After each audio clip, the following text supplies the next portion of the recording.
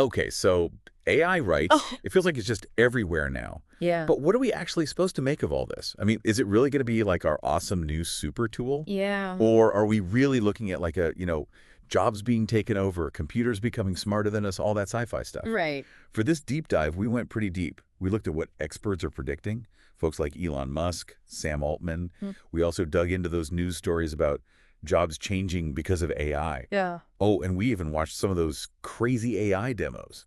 You know, the ones where they make those awesome pictures and those super realistic robots. Totally. We really want to figure out, like, where is all this actually headed and what's it going to mean for all of us? Yeah, and going through all this stuff, I think what's really jumped out is just how fast everything's moving. Like, it seems like just yesterday we were talking about AI as this, maybe one day kind of thing. And now it's writing stuff, it's like making arguments in court, it's helping doctors figure out what's wrong with people, it's even passing like the bar exam to become a lawyer. It's insane, right? Yeah. And some of these predictions are even wilder. Like, they're saying by 2030, AI could be better than us at basically any brain power kind of task. That's a huge claim. But then you see these headlines like AI is already diagnosing some stuff better than doctors, Hmm.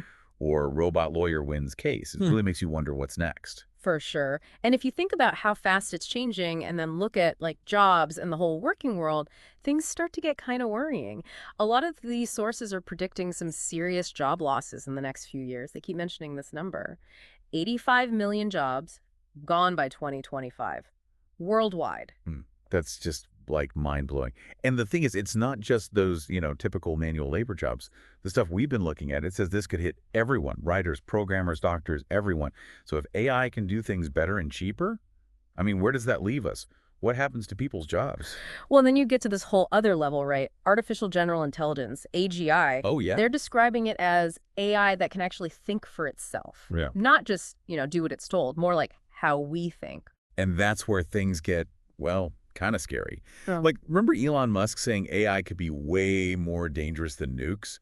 It's a heavy comparison. Mm. It makes you think, what if AI gets so smart it decides humans are, I don't know, in the way?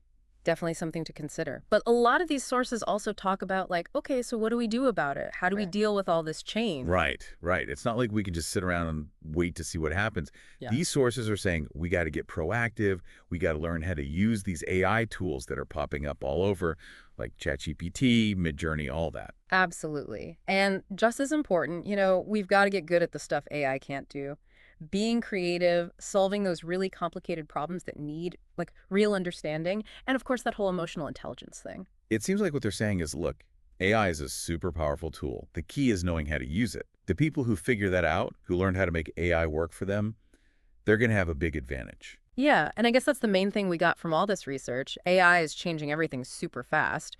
There are definitely some big, scary questions, but we've got to be able to adapt and figure out how to use this stuff. So here's something to think about.